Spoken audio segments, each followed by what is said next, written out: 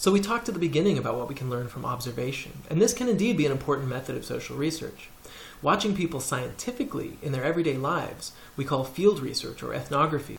Just letting people do their thing in a natural setting will hopefully let us see their natural behavior. If your research question was if there's any truth to the stereotype that women are worse drivers than men, you might set up on a busy street corner and observe people driving. To avoid confirmation bias, such as labeling aggressive driving by women reckless and aggressive driving by men assertive, we set up an operational definition of bad driving. We list specific behaviors that we'll always label the same way, such as running red lights, turning without a turn signal, looking at cell phones, and note every time we see those behaviors. Then, whether it is a man or a woman, or unclear.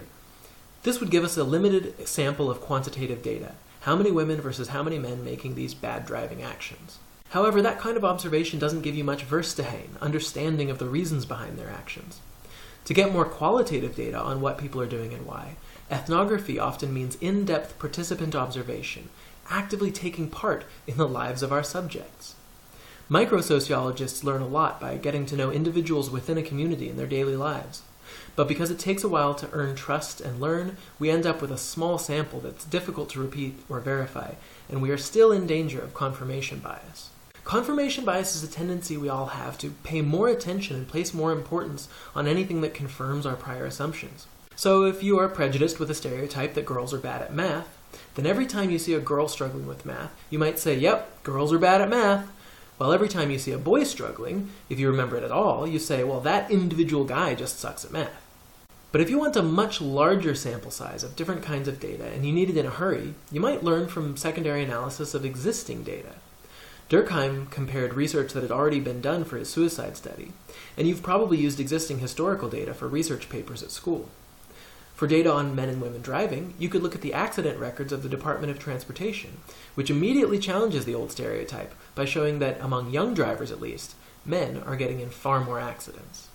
This is useful because it quickly and cheaply gives you a wide and varied view of a social issue, but on the other hand, it limits you to the methods and possible biases of other researchers.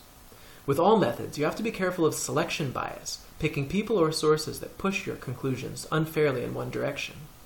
Active selection bias can happen because of our internal confirmation bias, such as watching Fox News because it more often confirms your conservative views, or MSNBC because it tends to confirm your more liberal views. It can also happen entirely by accident, such as typing biased keywords into a search online. Women bad driving gives very different results than men bad driving.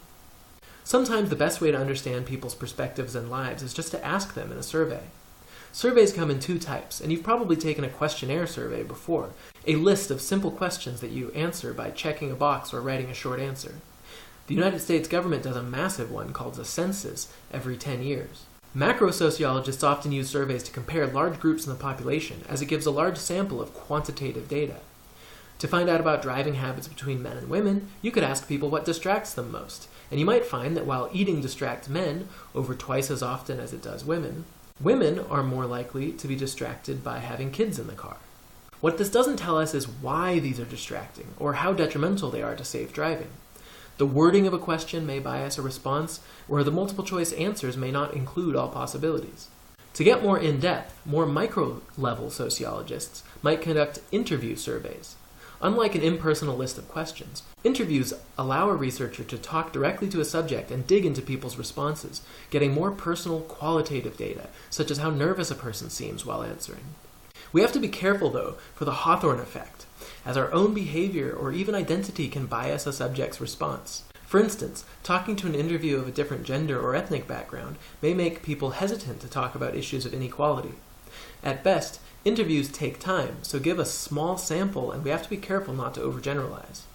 A truly representative sample should allow us to reliably say, in general, the larger population is like this.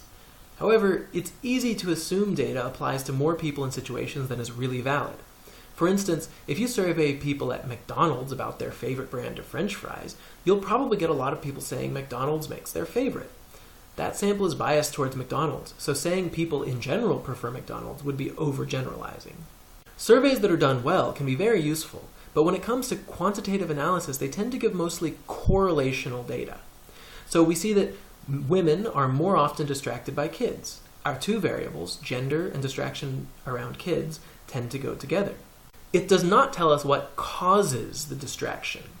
Maybe something in the biology or gender roles of females make them pay more attention to kids, and that's what causes the distraction.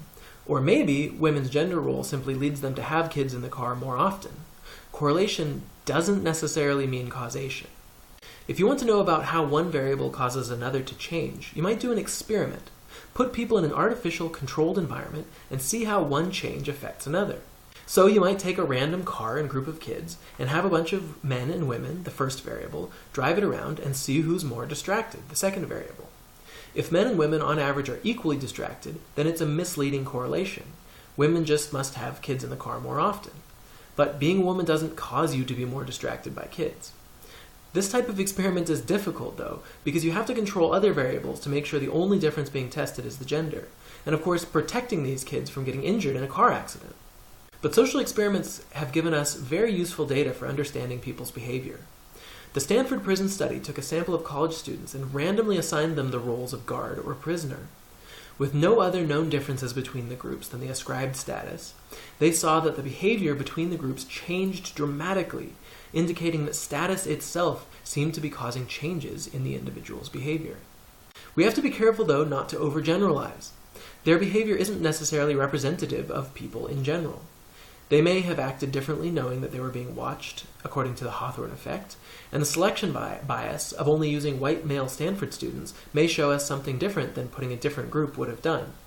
Finally, this study had to be shut down early. Because we research human subjects, there is a strict code of ethics social researchers must follow. The Stanford Prison Study was canceled because students were being subjected to cruelties and suffering emotional trauma. The Code of Research Ethics says that we have to protect both the people involved in our study, your subjects, and the objectivity of your data and conclusions. People should be safe, both within the study and outside, so we keep their identities confidential, lest you publish their complaints about their boss and get them fired, or worse. We also have to treat our subjects with respect, getting their consent to participate and appreciating their right and time. To maximize objectivity and the reliability of our research, we need to be honest and include all relevant data and potential biases, even those that go against our overall conclusions. This is probably the longest lecture of the semester, so thank you for getting through it with me. In the next module, you'll do a bit of your own research on the people and culture around you and your community.